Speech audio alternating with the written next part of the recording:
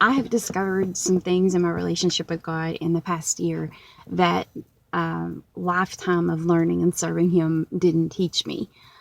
And as is often the case, I didn't learn that through fun times and easy things. I learned it through some of the most challenging and difficult things I've ever been through. Um, and I've had a lot of pretty severe hardships throughout my life, as I'm sure a lot of you have. But this year, for some reason, it felt more unexpected. It felt like it was one hit after another, and I felt less capable to just power through the hard stuff like I used to do. I was always a really ambitious hard worker, and perfectionist. And so when I went through some of the most challenging things in my life when I was younger, I had this energy and this perseverance and this determination and stubbornness and this hard work ethic that would make me power through the pain, which I thought was good. And it was in the fact that it helped me survive. But I often had counselors tell me that I didn't really pause to even let myself feel or mourn anything.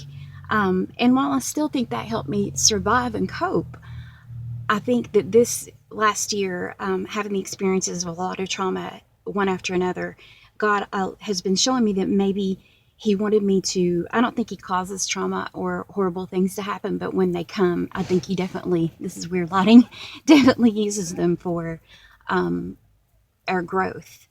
And there has been tremendous growth. I think I'll see it more and more as time goes on. But this time I couldn't power through. I couldn't determine myself through it. I couldn't power through it. I couldn't strength through it. I couldn't pride through it. Maybe because I have chronic illnesses and different other things that limit me already, and I just didn't have the stamina to just smile and straighten my what crown is that what they say is put your crown on straight and pull up your big girl pants and keep going. I didn't have that. I didn't have it in me to be able to do that. It wasn't that I wasn't willing or a strong person, but I was already so broken as it was that just didn't seem an option.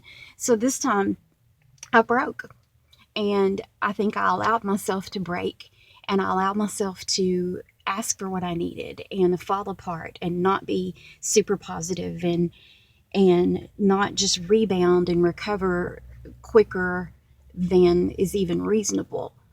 Um, And because of that, I've learned a lot about self care. But more than that, I've learned about God's grace. And because I pushed so hard myself in the past, I expected it of other people. And I think because I never understood or received God's grace in that way for myself, I didn't have the ability to give that kind of grace to anyone else. And I just, I love that I've learned that you can fall apart and God still loves you. You cannot accomplish your to-do list and it doesn't matter.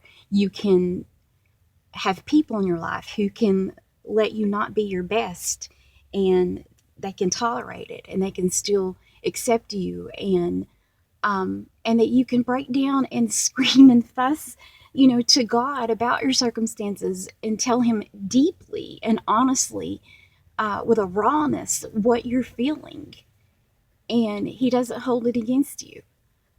One of the biggest breakthroughs I had was whenever I fell apart a few weeks ago and really just sort of screamed and fussed at God and asked Him why, and told Him, extreme things about how I felt. And the reality is I thought that was so shocking and scandalous to do.